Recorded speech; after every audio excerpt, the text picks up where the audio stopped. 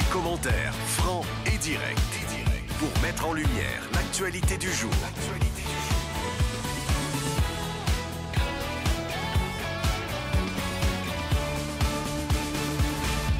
Au 98.5 Montréal, voici Lagacé le matin avec Patrick Lagacé.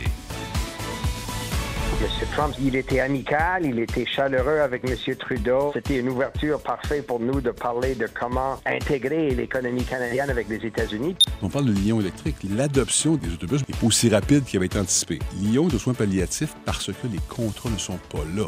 Sur le fondement de l'article 49, alinéa 3 de la Constitution, j'engage la responsabilité du gouvernement, de mon gouvernement. Un énième passage en force sur le budget le plus cruel jamais présenté au peuple français.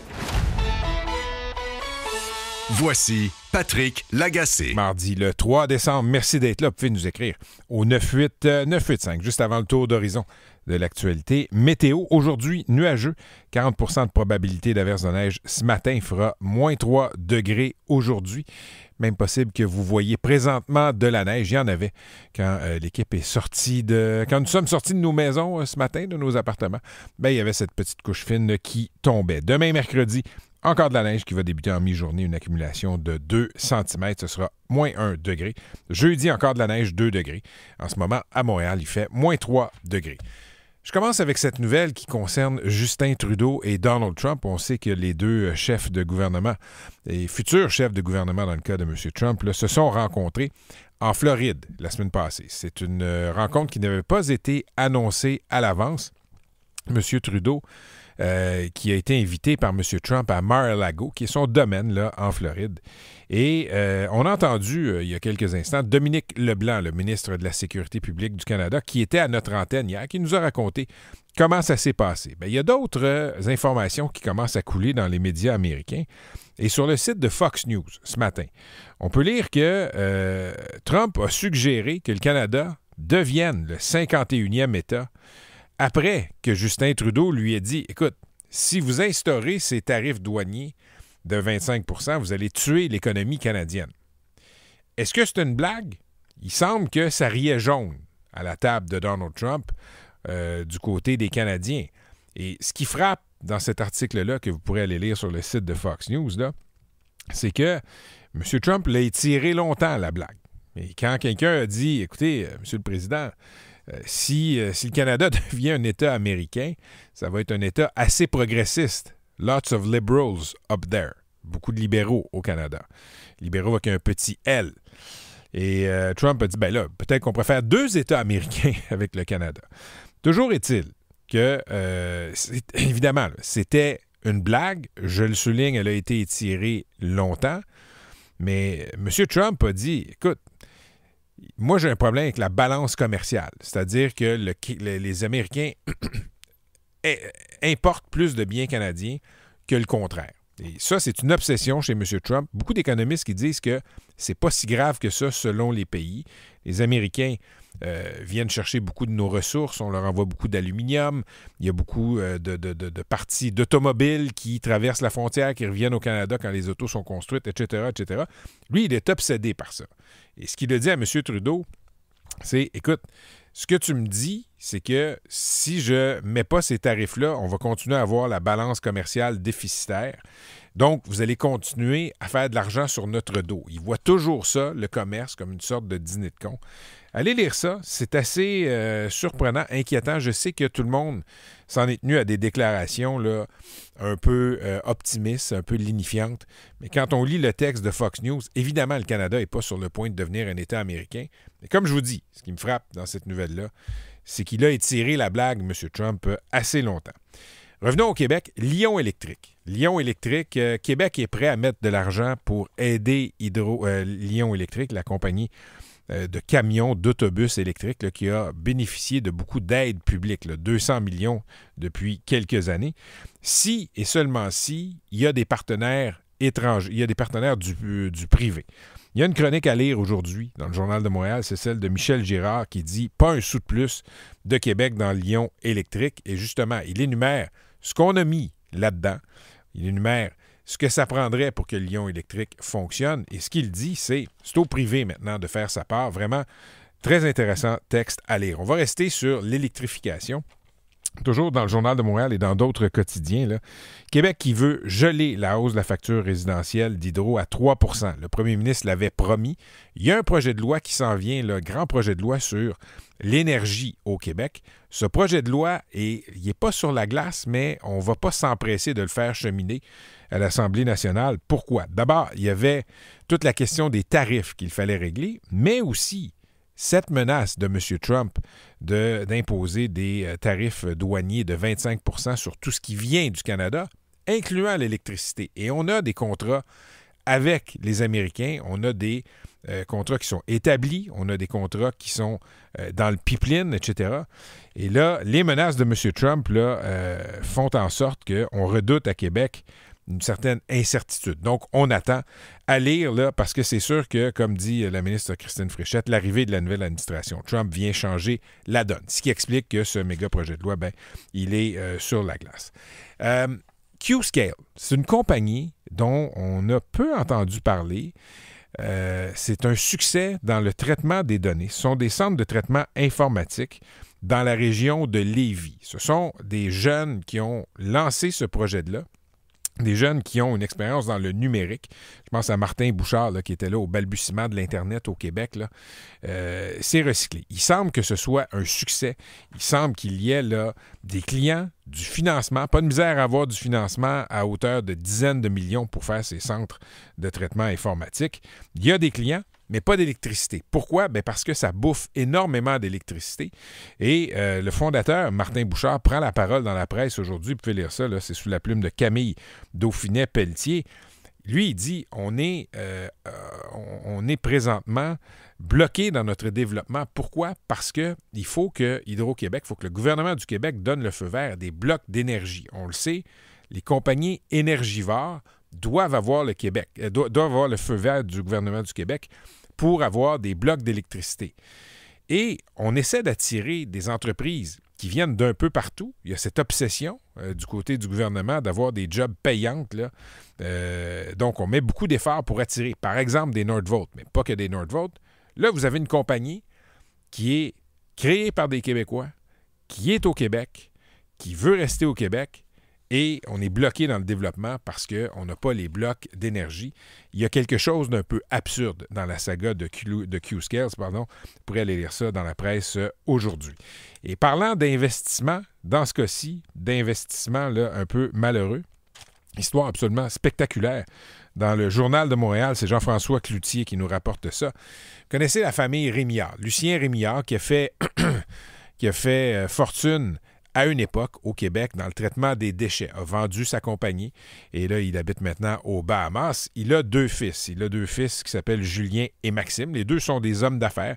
Ont notamment été propriétaires de V, qui a été vendu à Bell et qui est devenu nouveau. Julien Rémillard a investi dans une méga maison, une des plus grosses maisons, sinon la plus grosse maison construite en Californie, un projet de 500 millions. Il n'a pas mis 500 millions, mais semble-t-il qu'il a mis 30 millions de dollars canadiens, 20 millions de dollars américains. Les images sont spectaculaires, je vous dis.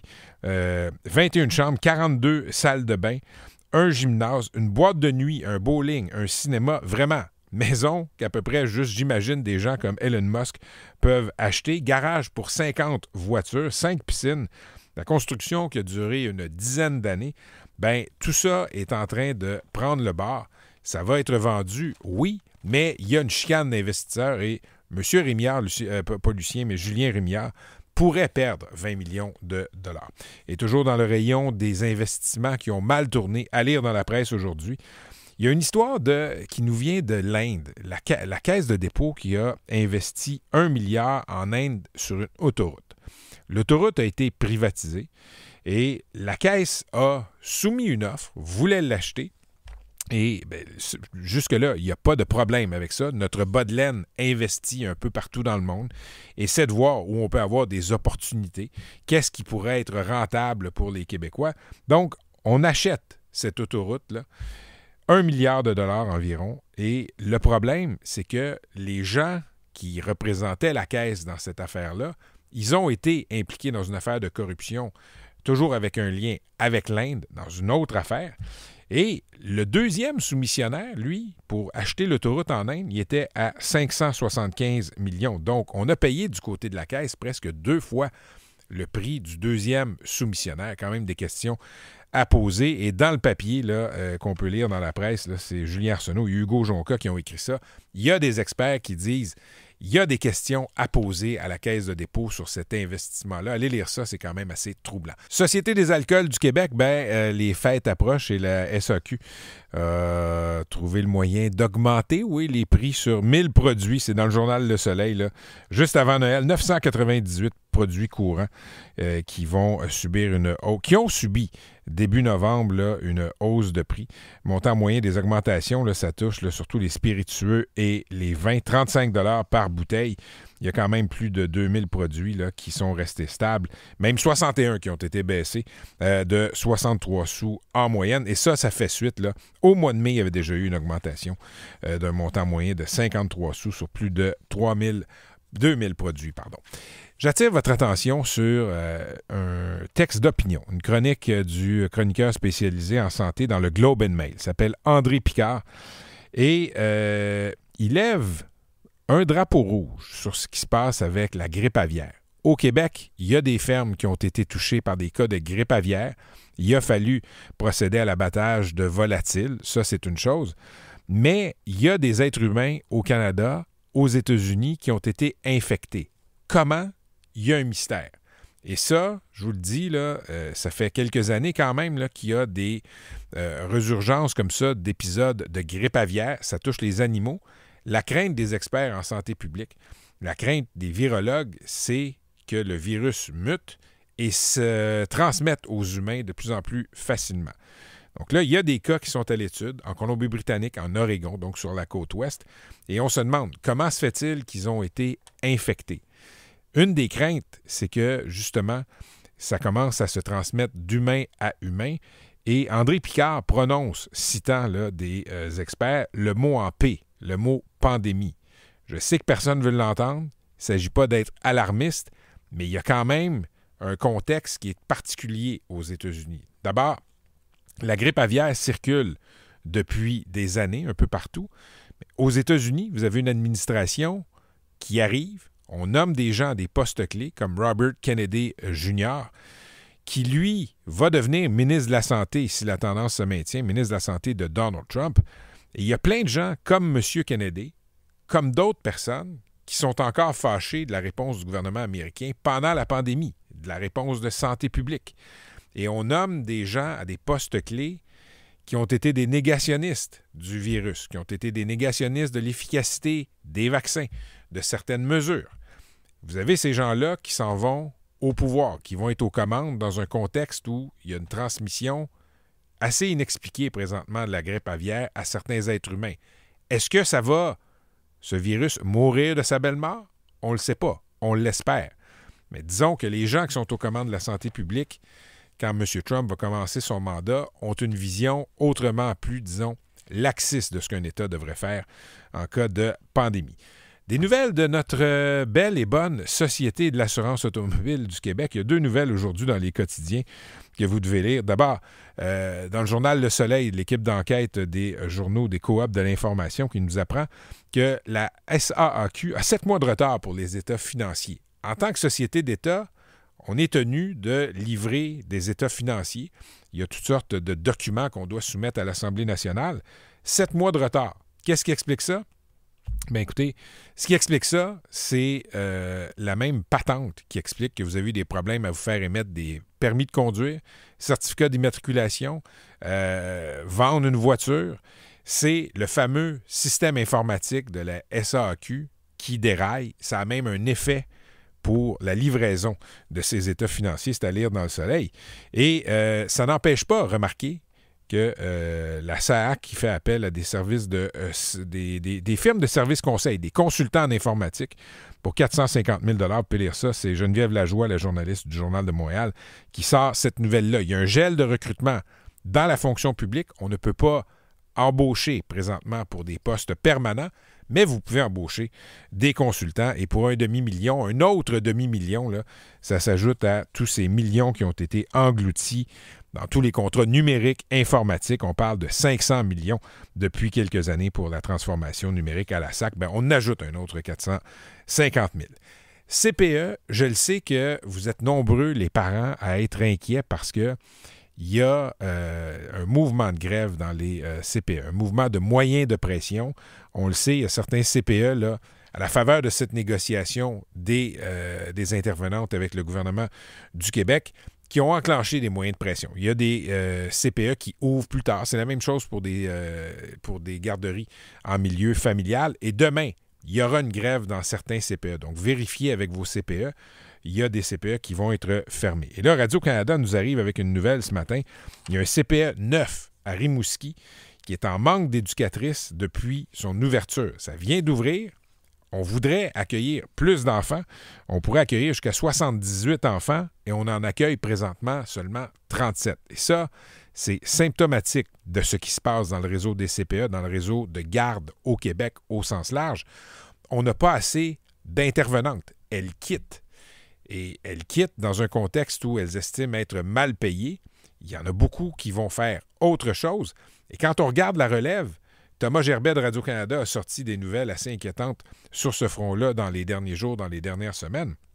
La relève est à peu près inexistante. Quand vous regardez dans les programmes de formation au collégial, bien, il n'y a pas suffisamment de diplômés pour remplacer toutes ces intervenantes. Je dis intervenantes parce que ce sont surtout des intervenantes, ce sont surtout des femmes qui s'en vont, qui désertent la profession.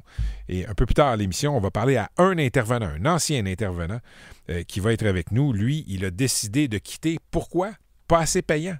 Et il a décidé de se prévaloir de ces formations gratuites, payées par le gouvernement. Vous savez qu'en construction, là, pour certains métiers, le gouvernement a décidé de payer des gens pour qu'ils aillent faire une formation.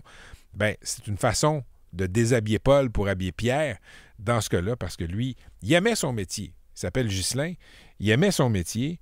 Il adorait travailler avec les enfants, mais à un moment donné, tu regardes les factures que tu as à payer et tu te dis, ceci n'est pas assez payant. Dans le Devoir, texte très intéressant à lire. Je ne sais pas si vous voyez où est la grande bibliothèque, là. C'est tout près de la gare Berry, là, un peu au sud de Sherbrooke. Il y a un grand terrain vague. Je dis un terrain vague. C'est un terrain gazonné. Là, on appelle ça les jardins de la grande bibliothèque. Hydro-Québec veut mettre là un méga poste de transformation électrique. Ce serait gigantesque. Ce serait une sorte de mastodonte, un bunker. Luc Ferrandez nous en a déjà parlé. Probablement très utile pour Hydro-Québec. Et probablement qu'Hydro a décidé de mettre ça là parce que c'était le meilleur endroit côté rapport qualité-prix. Sauf que si on se fie à des experts qui signent aujourd'hui une lettre dans le Devoir, et si on se fie à ce que Luc nous a raconté il y a quelques semaines, ça va défigurer le quartier sur un moyen temps. On va mettre une sorte de bloc immense à côté de la grande bibliothèque, sans doute utile pour Hydro-Québec, mais est-ce que toutes les options ont été étudiées et bien étudiées? Cette saga-là, ça fait un peu penser à la Caisse de dépôt qui voulait faire passer le REM sur René Lévesque, donc centre-ville de Montréal, en hauteur. C'est une chose de mettre le REM en hauteur à côté d'une autoroute et la structure est assez laide, là, si vous l'avez vu. C'en est une autre de le faire passer au centre-ville de Montréal. Après beaucoup de protestations, je vois Gérard Baudet, là, Gérard Baudet, qui est un des signataires de cette lettre dans le Devoir, qui était, lui aussi, aux avant-postes de la lutte contre le REM sur René Lévesque.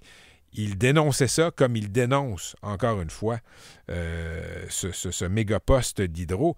Dans le cas du REM, on nous disait que c'était impossible du côté de la Caisse de dépôt. Impossible de faire autrement. C'est drôle, on a trouvé une autre solution qui est peut-être plus chère pour la Caisse, mais qui est sacrément moins laide pour les Montréalais et pour le paysage. Est-ce qu'on va autoriser ça? Le ministre de la Culture, Mathieu Lacombe, est interpellé. La mairesse de Montréal, Valérie Plante, est interpellée. C'est un papier choc à lire dans le Devoir. Je comprends qu'il y ait question d'architecture, d'urbanisme. C'est pas le sujet, pas des sujets sur lesquels les gens vont se battre, mais peut-être que ça vaut une réflexion avant qu'on érige cette laideur-là en plein cœur d'un quartier qui a besoin d'amour, il faut le dire, aussi à Montréal. Je termine sur ce texte du Journal de Montréal. Encore une fois, le stalker, Le gars qui harcèle Marois Risky, la députée libérale récidive. Pauvre Mme Risky, son histoire a été médiatisée il y a quelque temps, là. Il y a un type de Sorel qui éprouve un amour maladif pour la députée libérale. Vous pouvez lire ça dans le Journal de Montréal.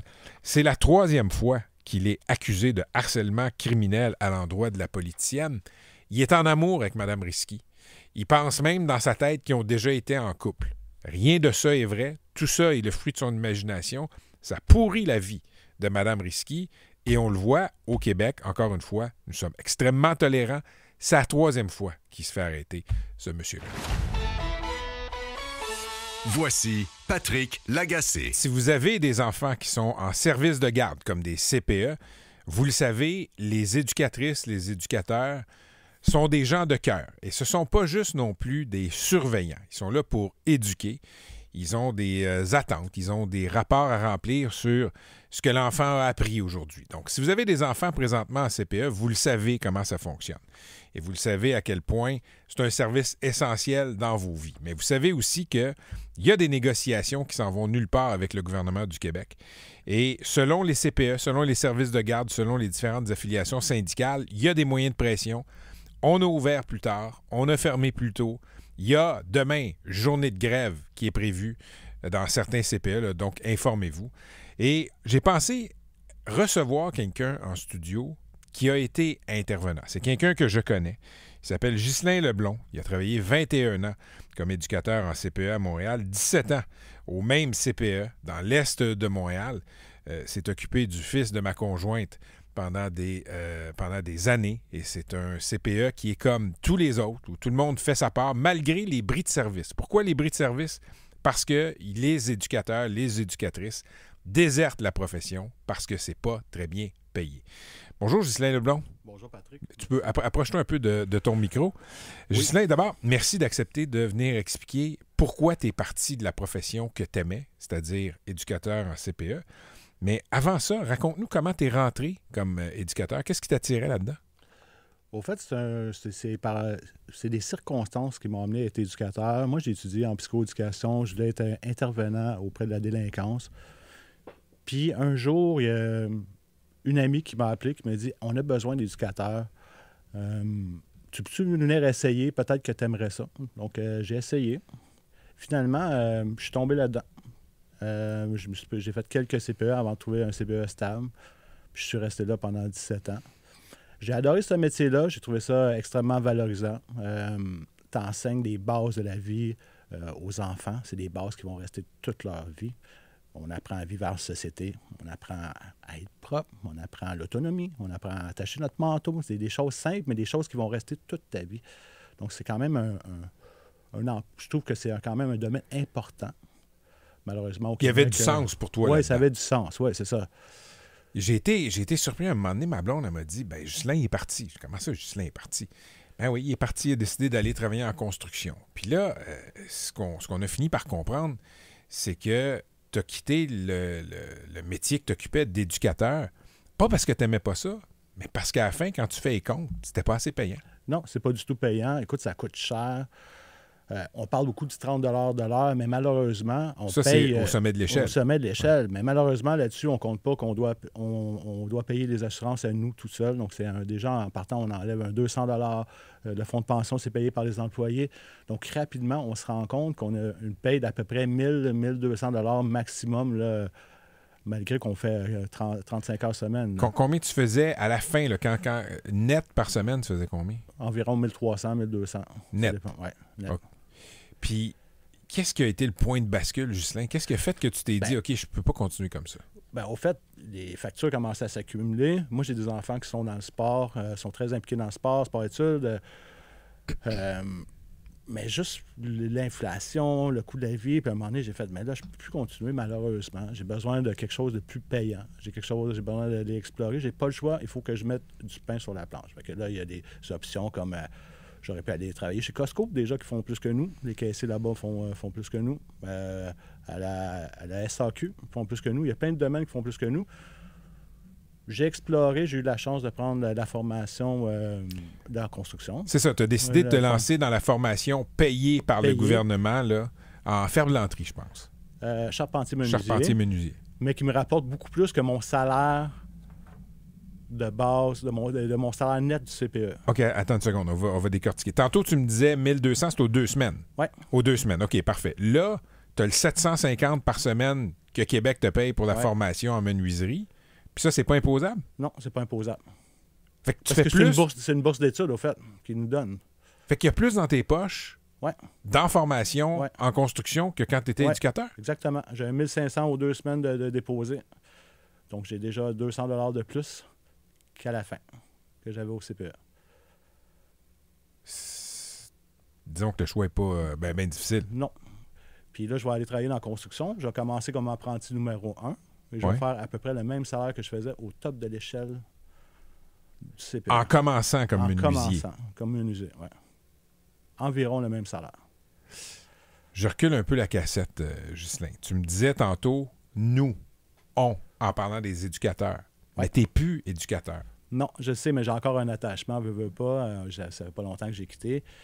Puis comme je te dis, j'ai adoré ce métier-là. J'ai adoré travailler. J'aimais mes collègues. J'aimais la présence des enfants. Je trouvais ça le fun là, de voir. Tu commences une année, l'enfant telle difficulté. À la fin de l'année, tu as complètement un autre enfant qui a développé une autonomie.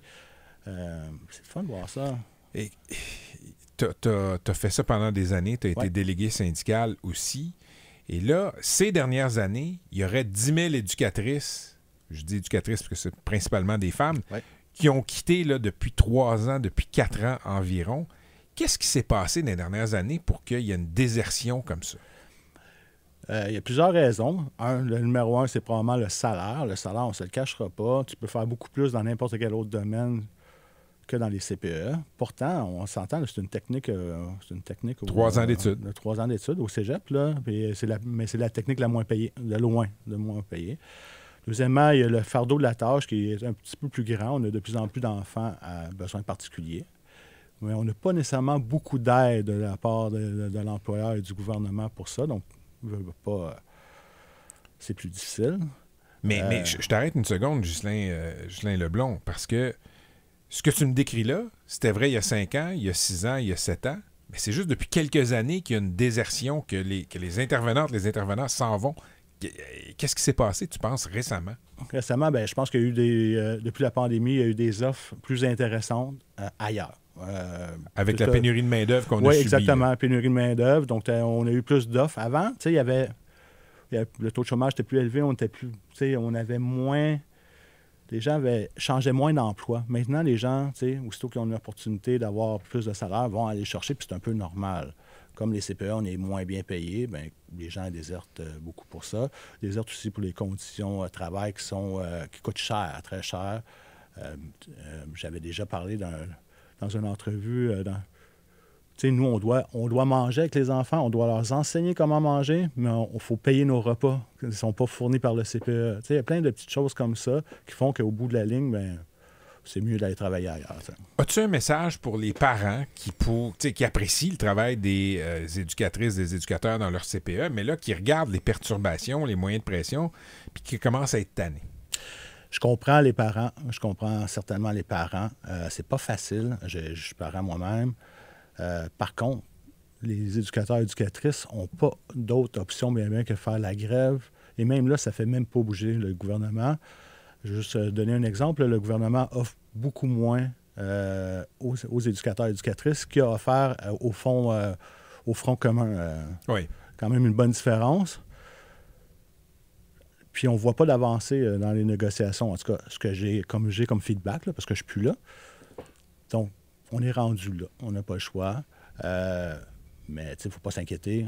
Dès que c'est réglé, les gens vont être là pour s'occuper des enfants. Et même pendant la grève ou pendant les moyens de pression, les éducateurs sont professionnels, sont là pour s'occuper des enfants et donner leur 100 %. Aucun doute. Sauf que ça risque, si ça s'enlise, on risque de perdre encore des éducatrices et des éducateurs. S'il n'y a pas de changement, c'est sûr que ça ne fonctionnera pas. Là. Je voyais une nouvelle, c'est à Rimouski, Ghislain. Rimouski, on a ouvert un CPE qui est neuf. On pourrait avoir 78 enfants, mais parce qu'on manque d'éducatrices, je pense qu'il y en a 37 maximum.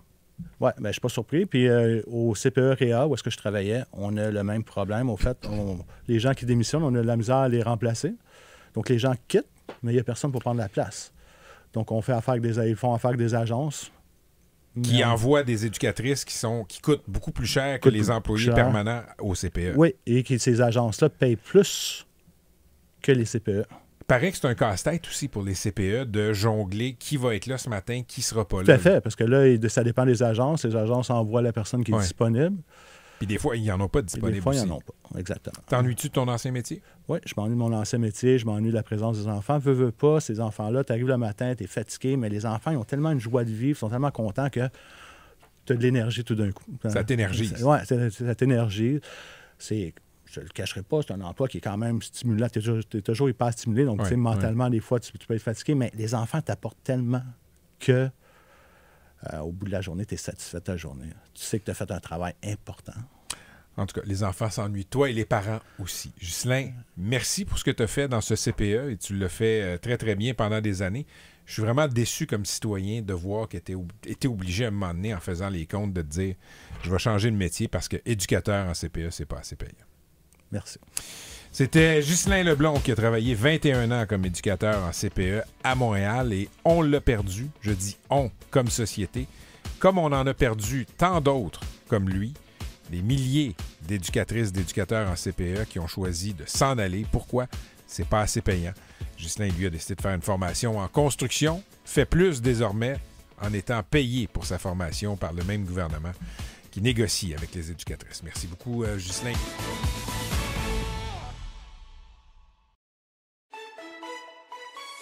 Des commentaires francs et directs. Voici Patrick Lagacé. On va aller à Ottawa maintenant parce que la vérificatrice générale hier a publié un rapport qui pose des questions sur, disons, la capacité d'Ottawa de bien gérer certains programmes, notamment des prêts liés à la COVID pendant la pandémie. Et aussi, il semble que le ministère Emploi et Développement social Canada n'a pas une vue d'ensemble des besoins pour les personnes âgées, là, ni des programmes qui sont mis en œuvre au Canada pour les servir. Karen Hogan est la vérificatrice générale du Canada. Elle est avec nous. Madame Hogan, bonjour. Bonjour. Commençons par les prêts COVID. Il y a 91 % des prêts liés à la COVID qui ont été versés à des entreprises admissibles, mais le 9 % restant, c'était des entreprises qui n'étaient pas admissibles. Ça peut sembler peu comme erreur, mais on parle quand même de milliards de dollars. Oui, absolument. Je pense qu'il faut commencer par dire que par l'entremise du programme du compte d'urgence pour les entreprises, 49 milliards de dollars de prêts ont été rapidement versés à environ 900 000 petites entreprises au Canada. En moyenne, les bénéficiaires ils ont reçu leur prêt dans moins d'un mois, qui est très rapide. Ça étant dit, nous avons estimé qu'il y a 3,5 milliards de dollars qui ont été versés à des bénéficiaires inéligibles. Et Exportation et Développement Canada, qui est la société d'État qui gère le programme des comptes d'urgence pour les entreprises canadiennes pour le gouvernement fédéral, n'est pas en accord avec notre recommandation de faire plus de travail pour identifier si bel et bien les bénéficiaires sont éligibles et débuter le recouvrement si nécessaire. OK, parlons maintenant des chèques qui sont envoyés aux aînés pour les aider à faire face à leurs vieux jours. Ce qu'on appelle la pension de la sécurité de vieillesse. Vous avez constaté que le gouvernement ne sait pas si c'est suffisant, ces montants-là, pour aider les personnes âgées. C'est un peu surprenant comme constat. Mais le gouvernement a beaucoup d'informations qui est disponible sur les personnes âgées, mais il n'utilise pas l'information disponible pour vérifier si les programmes fédéraux répondent aux besoins des personnes âgées. En particulier, on a regardé le programme de la sécurité de la vieillesse et le gouvernement n'a pas fait d'analyse assez profonde pour déterminer si les prestations sont suffisantes pour assurer la sécurité financière des personnes. Par exemple, les prestations sont ajustées à chaque année pour l'inflation, basées sur l'incidence des prix de la consommation, mais ils n'ont pas vérifié si les personnes âgées confrontent un niveau d'inflation différent de la population générale. Mais juste pour être clair, ce que vous déplorez comme vérificatrice générale fédérale, Mme Hogan, est-ce que c'est que le fédéral ne sait pas si ça les aide suffisamment ou s'il y a des aînés qui reçoivent le chèque qui ne devraient pas le recevoir? Les deux côtés me préoccupent, mais au début, il faut savoir si le paiement de base pour la sécurité de la vieillesse est suffisant. Si on retourne à l'objectif du programme, c'est d'assurer une sécurité financière pour les personnes âgées. Il y a un mécanisme si un individu a trop de revenus pour recouvrir les paiements, mais il faut au début savoir qu'ils sont suffisants pour appuyer les personnes âgées qui l'ont de besoin. Mais je vous écoute, j'ai l'impression qu'Ottawa dépense des milliards. On peut parler des personnes âgées, on peut parler d'autres programmes, sans trop savoir si c'est efficace. Mais c'est souvent une de nos constatations que le gouvernement est fixé sur vraiment la quantité de prêts émises ou le nombre de personnes âgées qui sont appuyées par un programme, mais ils ne prennent pas un recul pour utiliser des données pour analyser si vraiment les objectifs et les besoins sont bel et bien adressés. Et si même si l'argent est sorti vite pour les prêts, il faut quand même faire des travaux pour s'assurer que le recouvrement est bien fait. Et quand ça vient aux personnes âgées, c'est pour savoir si les programmes fédéraux répondent aux lacunes à travers le pays, parce que c'est pas seulement le gouvernement fédéral qui offre des programmes de soutien pour les personnes âgées. Je veux pas vous faire tomber dans le jeu politique, mais on a l'impression qu'Ottawa dépense sans compter. Bon, je pense qu'il y a tellement d'individus à travers le gouvernement fédéral là, qui travaillent très fort pour s'assurer une bonne comptabilité de tout l'argent dépensé. Pour moi, c'est de bien reconnaître que c'est pas juste un statistique, mais de savoir que les objectifs et les résultats sont atteints. Et c'est là où ce que souvent le gouvernement oublient de combler leur responsabilité de s'assurer une bonne reddition de comptes aux Canadiens. C'est pas la première fois, Mme Hogan, que des vérificateurs généraux à Ottawa soulignent ce que vous avez souligné là. C'est-à-dire qu'on crée des programmes, on voit pas si ça fonctionne vraiment bien, si ça répond aux bons besoins, si ça se rend aux bonnes personnes. Une fois que tout ça est dit et redit à travers les années, avez-vous l'impression que le gouvernement fédéral apprend des leçons qui lui sont imposées par le bureau du vérificateur général? Bon, je me suis souvent posé cette question-là parce que ça fait presque 5 ans que je suis vérificatrice générale du Canada, et souvent quand je fais un retour à un programme qu'on a vérifié dans les années passées, souvent il y a des lacunes et qu'il y a des recommandations qui n'ont pas été adressées, les plans d'action n'ont pas été mis en œuvre. Alors, j'encourage que le gouvernement pense à la façon dont ils ont approché tous les programmes de la pandémie. Il y avait vraiment un focus sur fournir aux Canadiens et moins sur la bureaucratie. Et je pense que cette approche-là aiderait le gouvernement fédéral dans le futur. Merci d'avoir été avec nous, Mme Hogan. Je souhaite une bonne journée. Merci à vous autres aussi. Karen Hogan est vérificatrice générale du Canada. Petit commentaire éditorial. Quand on suit la façon dont le fédéral dépense et quand on suit la façon dont les provinces dépensent, incluant le Québec, on peut critiquer comment le gouvernement du Québec dépense. Il y a des dépenses qui sont hautement discutables, pas de problème. Mais ce qu'on constate, c'est qu'Ottawa nage dans l'argent. Ottawa dépense sans compter. J'ai posé la question à Mme Hogan, la dernière question. C'est pas la première fois que vous ou vos prédécesseurs soulèvent ça. Qu'Ottawa dépense, il n'y a pas de mesure, il n'y a pas de garde-fou, on ne voit pas si l'argent se rend, c'est pas grave. Je ne veux pas dire que c'est comme ça qu'on se rend à un déficit de 50 milliards, mais clairement, les lois de la gravité fiscale à Ottawa ne sont pas les mêmes que dans les provinces.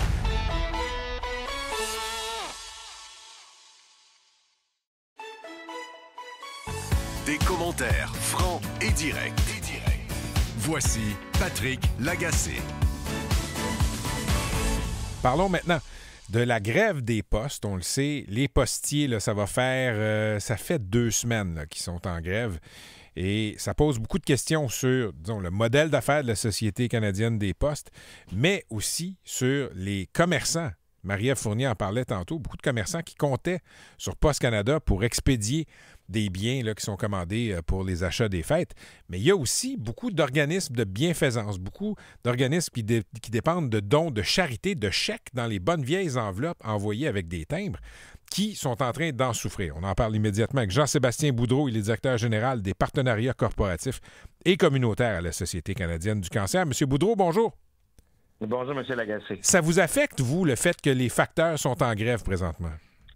Ça nous affecte énormément, malheureusement. Nous, on est une société canadienne, donc on est d'une côte à l'autre. Et pour l'instant, c'est près de 60% de moins de dons qu'on a reçus qu'à pareille date l'année passée. Donc, ça veut dire que c'est un manque à gagner qui pourrait s'élever jusqu'à peu près 2 millions de dollars de moins qu'on recevrait si la grève se continue comme ça. Je dois vous dire, M. Boudreau, je suis quand même assez étonné. Je doute pas que les dons que vous avez reçus ont baissé. Cependant, 60% de baisse à une époque où tout le monde, ou presque tout le monde, est rendu numérique, c'est un peu étonnant. Bien, on a beaucoup de gens, nous, des personnes plus âgées qui donnent encore beaucoup par la poste, qui ont cette crainte d'aller sur le numérique, qui ne savent pas nécessairement comment faire. Donc, on reçoit quand même à chaque année plusieurs dons par la poste, ce qui est quand même très, très bien, mais quand il arrive une grève comme ça, ça nous affecte. Et là, ce qu'on essaie de dire aux gens, c'est, écoutez, il y a d'autres moyens pour pouvoir donner à la Société canadienne du cancer. Vous pouvez aller en ligne, donc cancer.ca/fête au pluriel, ou les gens peuvent le faire aussi par téléphone, donc en appelant au 1-888-939-3333, puis être accompagné. Donc, on espère que les gens vont le faire. Surtout aujourd'hui, là, si vous avez le goût de faire un don, aujourd'hui, on est dans une campagne où les dons seront égalés jusqu'à hauteur de 50 000. Donc, tout l'argent qu'on reçoit aujourd'hui sera doublé jusqu'à hauteur de 50 000 $. Mais oui, il y a encore beaucoup de gens qui utilisent la poste. Moi aussi, je suis nouveau à la Société canadienne du cancer. J'étais comme vous un peu surpris, mais il faut penser à tous nos donateurs qui sont plus âgés et qui ont cette habitude de donner par la poste. Bien, merci pour les précisions. Puis on a une pensée pour tous les autres organismes comme ça, là. On peut penser aussi à des gens comme les Petits Frères des pauvres, etc., qui dépendent encore de la bonne vieille poste, la bonne vieille lettre avec le thème dessus. Merci, M. Boudreau. Bonne chance avec tout ça. Merci beaucoup. Bonne journée. À la prochaine. Jean-Sébastien Boudreau est directeur général des partenariats corporatifs à la Société canadienne du cancer. On l'a connue à l'épreuve des bosses en ski acrobatique aux Jeux de Sochi, c'était en 2014, alors qu'elle décrochait la médaille d'or. 10 ans plus tard, c'est dans ce qu'on appelle le free ride en ski qu'elle veut nous en faire voir de toutes les couleurs. Yannick se joint à nous pour la conversation parce que Justine Dufour-Lapointe est en studio. Justine, bonjour. Bonjour. Allô, Justine. Je connaissais pas ça, le free ride, ce qu'on appelle le ski libre. C'est du ski hors piste, en fait. Ouais. C'est des compétitions qui se font majoritairement en Europe. C'est un circuit très connu en Europe, malheureusement peu au Canada parce que, évidemment, au Québec, il n'y a pas beaucoup de free ride qui se passe. Parce qu'il n'y a pas les mêmes types de montagnes. Exactement. J'ai vu les images, c'est spectaculaire, mais c'est un peu épeurant aussi. Bien, c'est ce qu'on voit beaucoup, la réaction. Quand j'ai annoncé à ma famille que je m'en allais faire du freeride, c'est sûr que les gens, c'est un peu épeurant. Mais je pense que pour moi, c'est un peu aussi épeurant que faire de la bosse ou du downhill. Oui, mais attends une seconde. La bosse de la descente libre du downhill, il n'y a pas de risque ou peu de risque d'avalanche. Non, c'est sûr que quand on parle d'avalanche, oui, clairement, il n'y en aura pas en bosse. Ça, c'est sûr. Mais ça reste que quand on est au Freeride World Tour sur le circuit de compétition, il y a une équipe là, qui est vraiment sur le terrain pour nous assurer la sécurité. Donc, il n'y a pas de risque d'avalanche nécessairement pour nous, les riders. Je te dirais qu'il y a beaucoup plus de risques d'avalanche quand je vais m'entraîner. Parce que là, toute l'infrastructure n'est pas là. Exactement. Quand on arrive en compétition, pour nous, on est vraiment encadré par une équipe qui s'occupe de gérer la neige, faire les recherches, la stabilité. Allez vous secourir si jamais il y avait un pépin. Exactement. Il y a plein d'hélicoptères autour, il y a du staff. Donc, pour vrai, pour moi, personnellement, je trouve ça presque moins épeurant quand je suis en haut d'un starting gate parce que je sais qu'il y a une équipe autour de moi.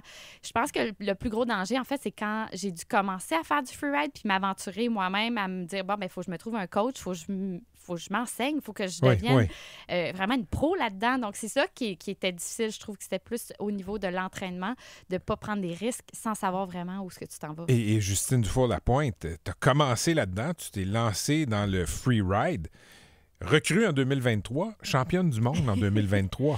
Est-ce que c'est important pour toi de gagner? Oui, d'une part, je pense que je ne vais pas vous mentir, j'aime exceller, j'aime travailler fort, j'aime gagner, c'est sûr. Mais c'était pas ça mon but ultime. Je pense que quand moi, j'ai décidé de quitter le monde de la bosse pour me diriger vers le freeride, c'était vraiment une quête personnelle, le but de me réinventer, de me redécouvrir. Je pense que pour moi, j'avais aucune idée si j'allais réussir. J'avais aucune idée si j'allais vraiment devenir une championne du monde en 1 an. Je pensais même pas que c'était possible. Mais tu avais cet objectif Mais quand même. j'avais cet objectif de me pousser. Puis je savais que j'étais capable d'apprendre. Je savais que j'avais la capacité d'être assez humble pour apprendre, puis poser des questions, puis de me sentir sur le plancher des vaches, puis de me dire, ben écoute, j'ai peut-être été championne olympique, mais je peux apprendre encore. Sur le plancher des vaches enneigées. Oui. As-tu eu peur la première fois que tu as fait du hors-piste? Une des premières fois que je suis partie en camp d'entraînement en Nouvelle-Zélande, je comprenais pas les risques, vraiment. Tu sais, quand on tombe en bosse, à un moment donné, ça s'arrête, tu sais. Puis, tu sais, tu fonces dans une bosse ou dans un saut, puis à un moment donné, ça arrête. Mais c'est là que j'ai compris, à un moment donné, j'étais en entraînement, puis je suis tombée, je pense que j'étais en haut quasiment de la montagne, puis je suis tombée, mais je me suis mis à débouler, tu sais, à glisser. T'étais incapable d'arrêter. Mais j'étais incapable d'arrêter, puis là, j'étais comme, oh my God, mais là, c'est là que j'ai compris. Quand tu tombes, tu sais pas quand ça va arrêter, puis tu sais pas qu'est-ce qui t'attend en dessous de toi, parce que ça se peut qu'il y ait un cliff qui soit pas à bonne place, puis que tu tombes en bas de ce cliff-là. Donc, tu sais, ça s'enchaîne assez rapidement dans ta tête, puis c'est là que j'ai réalisé que oui, OK, faut vraiment calculer ces gestes, puis c'est où tu te mets, c'est où tu te positionnes.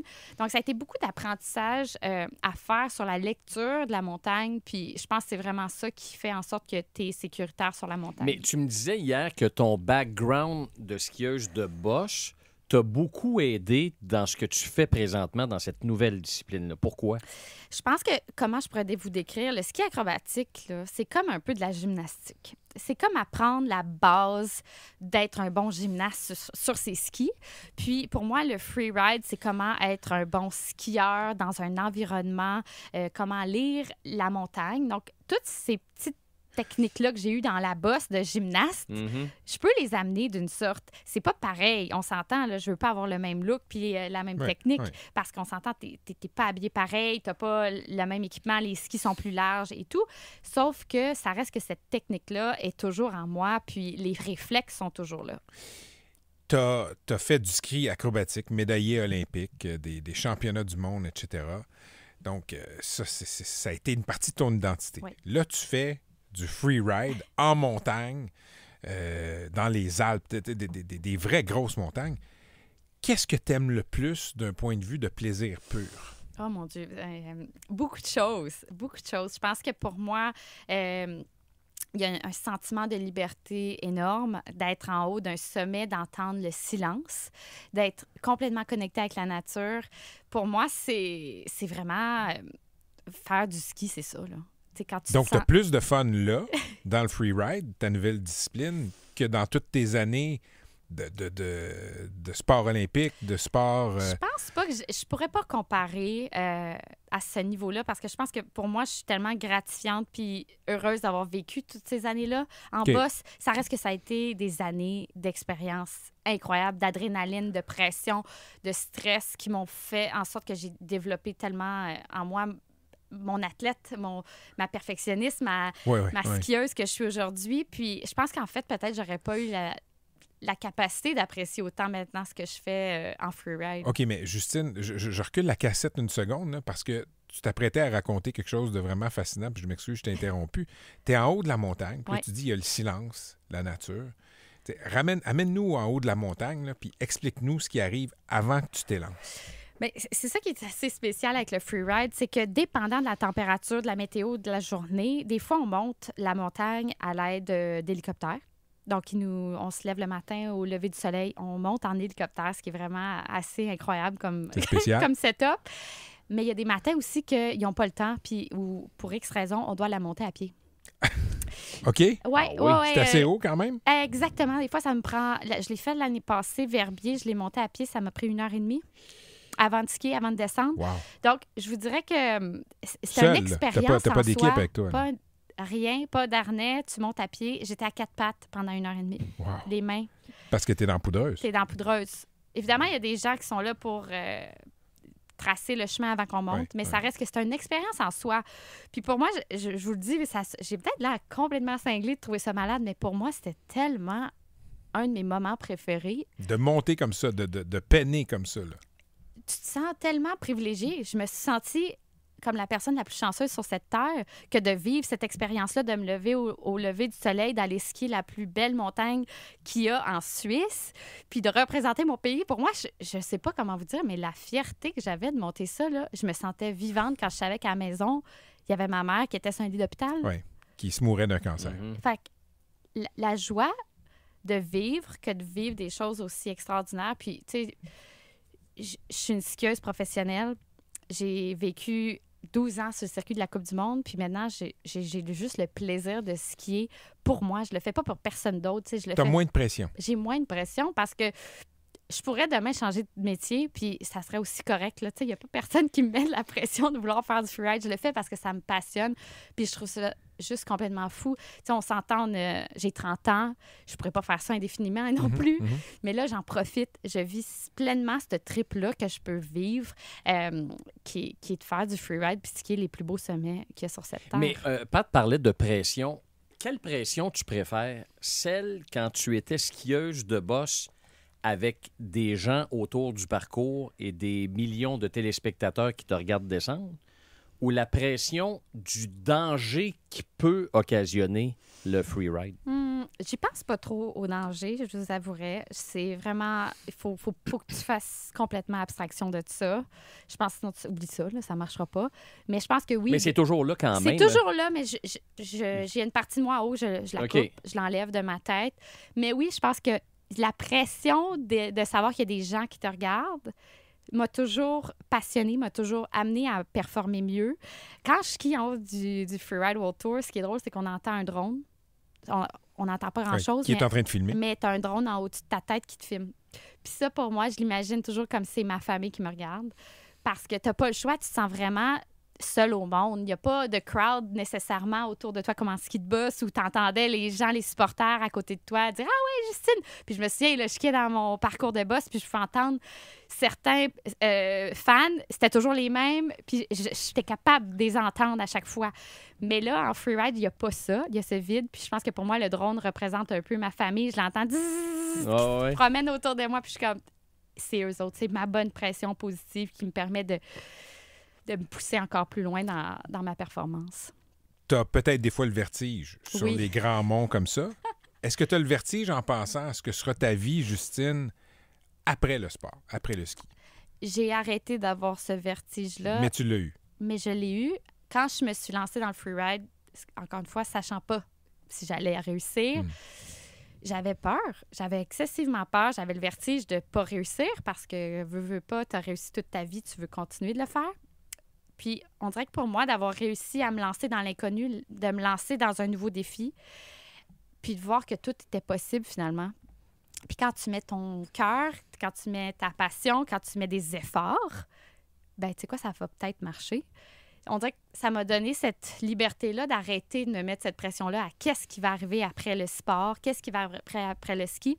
Je pense maintenant, ce que j'ai compris, c'est j'ai juste à me poser la question, qu'est-ce que j'ai vraiment envie de faire? Puis qu'est-ce qui me fait vibrer?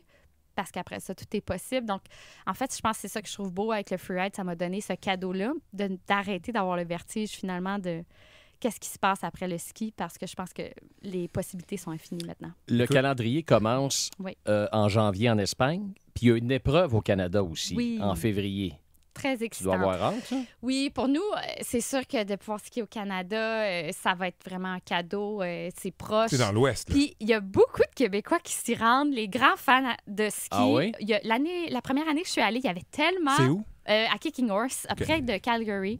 C'était bondé de Québécois. J'entendais plein de monde me supporter. Donc, c'était vraiment, vraiment cool de savoir qu'il y a un arrêt ici au Canada. C'est sûr, c'est pas si proche pour nous ici au Québec, mais ça reste que c'est chez nous pareil. Ben oui.